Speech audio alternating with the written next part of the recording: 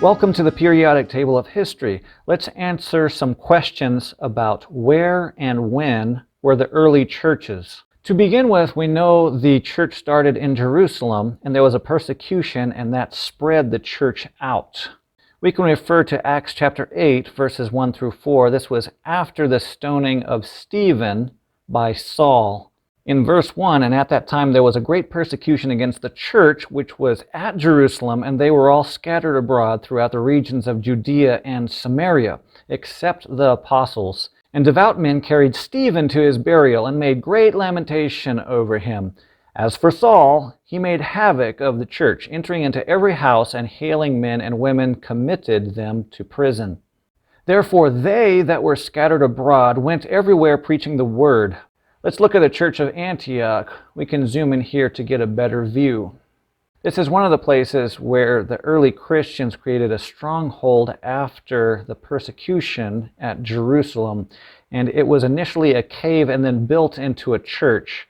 It happened to be one of the resting places of Frederick Barbarossa, who was a king at the time of the Crusades. Keep in mind, this is approximately in the 30s AD. So now we get into the work of Paul and we get to the church of Galatia. We know that Paul wrote a letter to the church of Galatia approximately Anno Domini 46. And all these dates are going to be AD, Anno Domini. Paul was at the church of Ephesus around the year 49. And in about 50 he went to the Thessalonians, the Macedonians, and the church of Corinth in the year 51. Now we get into the 7 churches of Revelations, and Paul visited some of these. Paul could have gone to these churches in Acts 19 verse 1, where he went around the country of Asia. And these churches are listed in Revelations 1 and also chapter 3. We can zoom in here a little bit more, see the church of Thyatira, and look at these one at a time.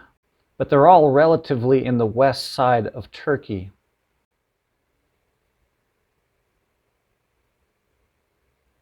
The memorial of the Church of Sardis is built on the temple to Artemis. The Church of Philadelphia is here. It's now called the city of Al-Seher, because remember the Ottoman Empire covered this area for quite an expansive time. And the 7th church is Laodicea, which is now called Denizli. So all of those churches are located right here. It would have been a very exciting time for Christianity in the early stages. In 66, we have St. Thaddeus Monastery in Armenia. Remember, Armenia is one of the first countries to officially adopt Christianity. Now we can see in the Bible a few places where the apostles addressed the churches at various places, and Paul in Romans chapter 16 addresses the church of Cenchreae. That's over in Greece. The temple of Augustus and Livia was built in the year 42 as a secular temple, but then converted to a Christian church and lasted as such over 1,000 years. Since then, because of the historical and controversial nature of this, it's been converted back to a historical marker. And we'll move the map just slightly. We can get up here to England. Some of the only known Christian paintings are from the Lullingstone Roman Villa. That's dated to the years 80 to 90 in the 1st century. This is interesting because it's the time of Marius. Remember, Lucius is the first Christian king in about 150s, according to the Venerable Bede. I did another video on where did the apostles go after Jesus. And England was a place where at least 2 apostles went to, and that would be Peter and Simon the Zealot. Some scholars even think Paul went to England. So it's amazing to see these archaeological markers even in the 1st century. Now over in the Fertile Crescent we have the earliest paintings of Jesus, and that happens at the Dura Europos house church of the year 241. And we'll move our map again and go to the Aqaba church. This church is dated from about 293 to 303, and it was destroyed in an earthquake in 363. You have Constantine being very curious about early Christianity, so tried to find the site of the Nativity and dedicated a church, calling it the Church of the Nativity, and that's the oldest church in Jerusalem. Constantine dedicated in 325 to 326. A very significant landmark from the year 303 is the Arch of Galerius and the Rotunda in Greece. This monument has been converted back and forth between Christianity and Islam. St. Dominus Cathedral is there, built somewhere from 295 to 305, and it was dedicated originally to Diocletian, of all people. Now, when we check out the year of St. George Rotunda, it was built about 307 to 337. So that would have been the time of Constantine. It's possible for Constantine to have visited this site. This St. George Rotunda is where the Council of Cyritica was. That's where the Arian controversy was in the year 343. Speaking of Constantine the Great, his mother dedicated the Stavravoni Monastery in the year 327 to 329. Note the year 333. Christianity has become the official religion of Rome, and so now the imperial power and money can go to building Christian structures without persecution. So this is the largest Roman Catholic church in the world. The significance of the Church of the Holy Sepulchre in Israel in the year 335 is it's supposedly the site where Jesus was crucified. I really like the architecture of these Egyptian churches. The Peramios Monastery was built in 335. Another African church is this Church of Our Lady Mary of Zion. It was built from 320 to 360, and there's a side building right here that's the supposed place of the Ark of the Covenant, though that statement is controversial. Now, the oldest German church is Trier St. Peter's Cathedral. That was built in 340. And one more church in Egypt is the Monastery of St. Anthony, built in 356, and some more of that beautiful architecture. In Eritrea, the oldest church is Mariam Debrecena. That was built 383. So in these 300s, Christianity is given a chance to thrive. It still is amazing how much archaeology we have in the 1st and 2nd century. Jubal Church is very close to the Persian Gulf, built in the 300s sometime. The Mor Gabriel Monastery is up close to the Tigris and the Euphrates. That was built in 397. It's the oldest Syriac Orthodox church in the world. And just north of that, we have the Balnisi Zion Cathedral. It's known for its Georgian inscriptions, and it was built somewhere between 478 and 493.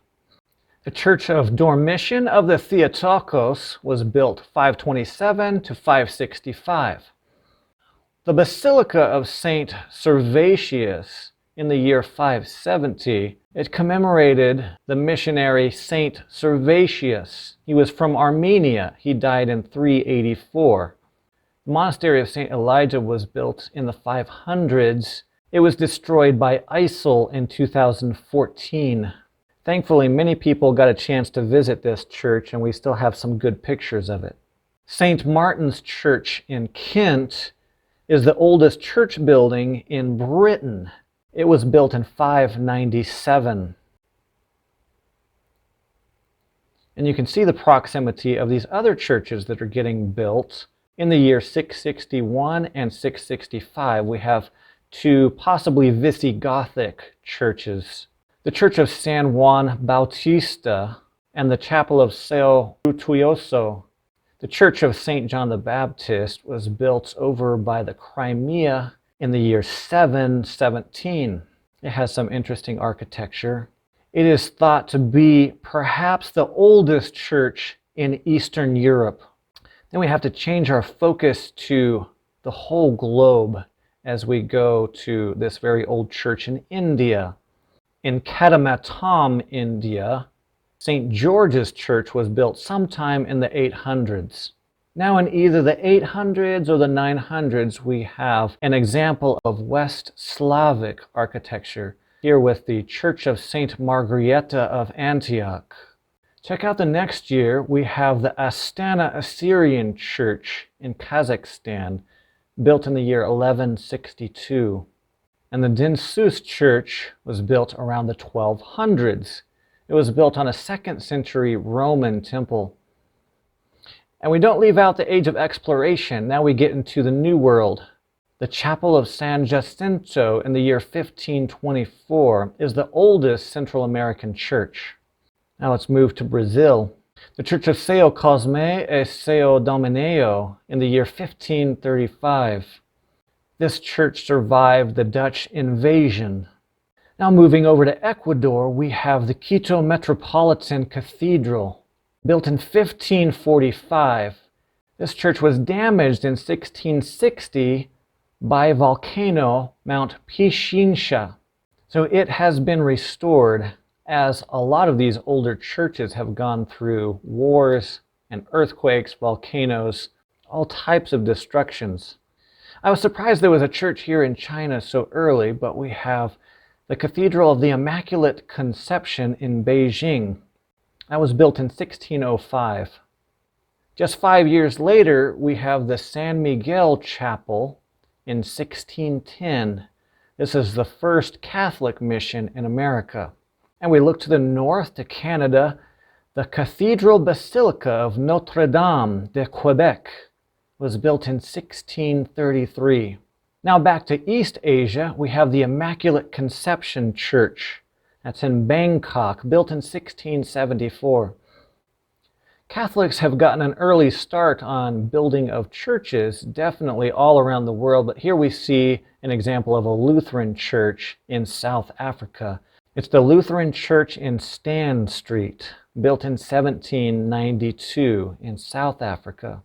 One more time just to see the oldest church in Australia, and this is Ebenezer Church, Australia, around the Sydney area.